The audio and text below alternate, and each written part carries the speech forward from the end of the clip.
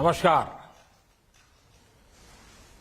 It is a great honor for the people of India that you have invited me to deliver the keynote at the inaugural Sydney Dialogue.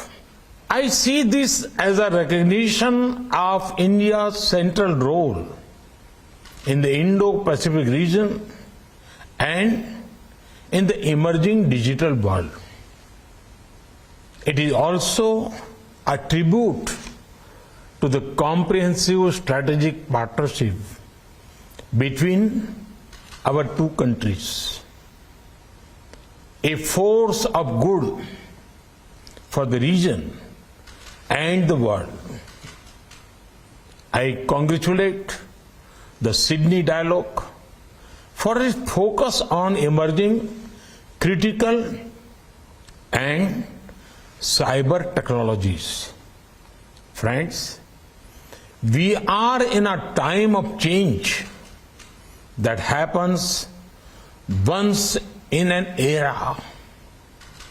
The digital age is changing everything around us.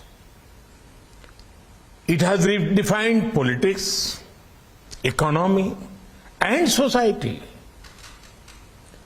It is raising new questions on sovereignty, governance, ethics, law, rights, and security.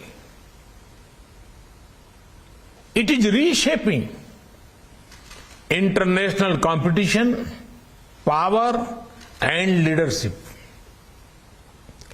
It has ushered in a new era of opportunities for progress and prosperity. But we also face new risks and new forms of conflicts across diverse threats, from seabed to cyber to space. Technology has already become a major instrument of global competition and key to shaping the future international order. Technology and data are becoming new weapons. The biggest strength of democracy is openness. At the same time, we should not allow a few vested interests to misuse this openness. Friends, as a democracy and a digital leader, India is ready to work with partners for our shared prosperity and security. India's digital revolution is rooted in our democracy, our demography, and the scale of our economy. It is powered by enterprise and innovation of our youth. We are turning the challenges of the past into an opportunity to take a leap into the future. There are 5 important transitions taking place in India. 1, we are building the world's most extensive public information infrastructure. Over 1.3 billion Indians have a unique digital identity. We are on our way to connect 600,000 villages with broadband. We have built the world's most efficient payment infrastructure, the UPI. Over 800 million Indians use internet. 750 million are on smartphones. We are one of the largest consumer of data per capita and have one of the cheapest data in the world. 2, we are transforming the lives of the people by using digital technology for governance, inclusion, empowerment, connectivity, delivery of benefits and welfare. Everyone has heard of India's financial inclusion, banking, and digital payment revolution. Recently, we have used technology to deliver over 1.1 billion doses of vaccines across India's vast geography using Arogya Setu and CoWIN platforms. We are also building a national digital health mission for affordable and universal health care for our billion plus people. Our One Nation, One Card will deliver benefits to the hundreds of millions of workers anywhere in the country. 3, India has the world's third largest and fastest growing startup ecosystem. New unicorns are coming up every few weeks. They are providing solutions to everything from health and education to national security. 4, India's industry and services sectors, even agriculture, are undergoing massive digital transformation. We are also using digital technology for clean energy transition, conversion of resources, and protection of biodiversity. 5, there is a large effort to prepare India for the future. We are investing in developing indigenous capabilities in telecom technology such as 5G and 6G.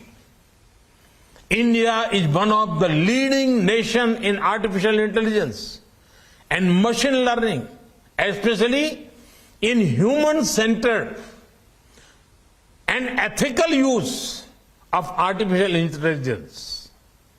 We are developing strong capabilities in cloud platforms and cloud computing. This is key to resilience and digital sovereignty. We are building world-class capabilities in quantum computing. India's space program is a vital part of our economy and security. It is now open to innovation and investment for the private sector. India is already a major center for providing cybersecurity solutions and services to corporates around the world. We have set up a task force with our industry to make India a global hub for cybersecurity. We have the benefit of our skills and global trust. And now we are focusing on hardware. We are preparing a package of incentives to become a key manufacturer of semiconductors. Our production link incentive schemes in electronics and telecom are already attracting local and global players. To set up base in India, friends, the greatest product of technology today is data.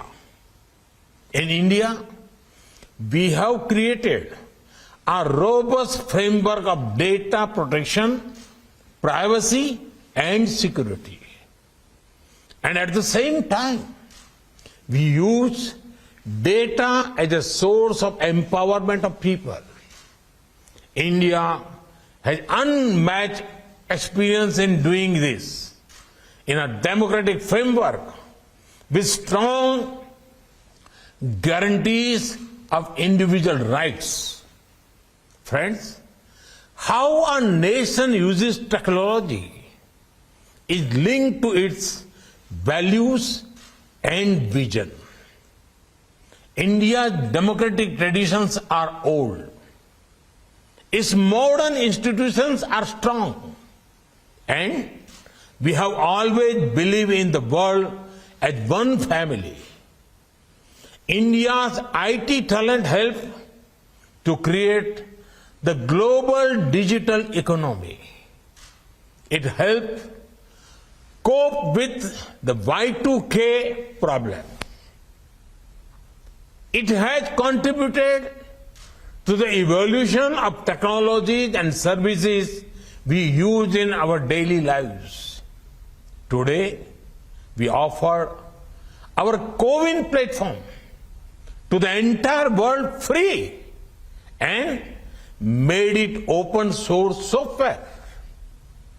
India's extensive experience with use of technology and policy for public good, including development and social empowerment, can be of great help to the developing world. We can work together to empower nations and their people and prepare them for the opportunities of this century. That is also important for building a future of this world that reflects our democratic ideals and values. That is as important as our own national security and prosperity.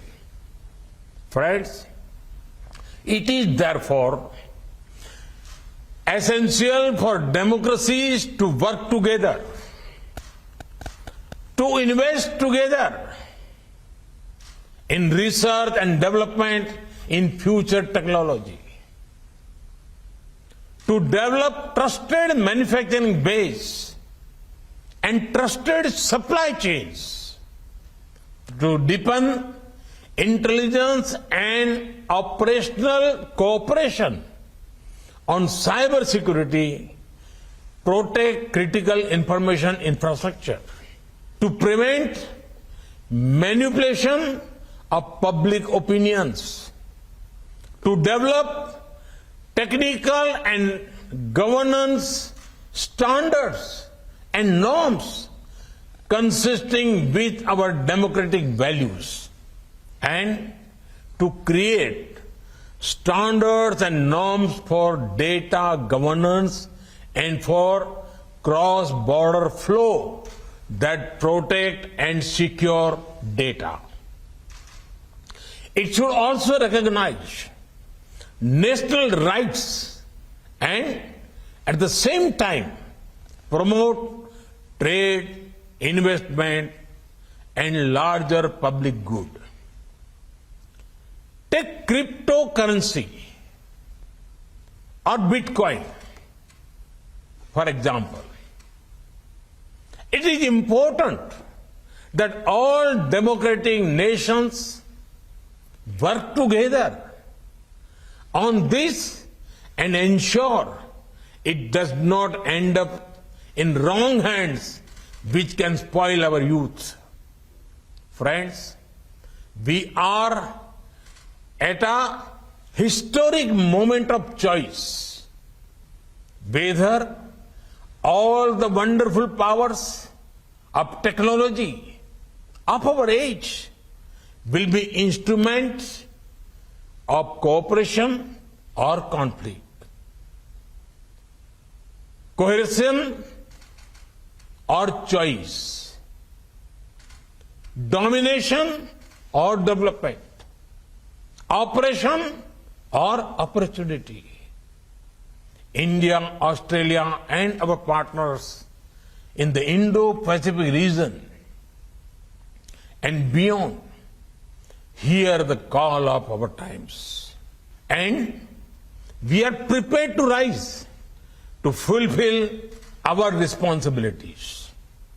I am confident that the Sydney Dialogue will be a wonderful platform to help us shape our partnership for this age and fulfill our responsibility to the future of our nations and the world.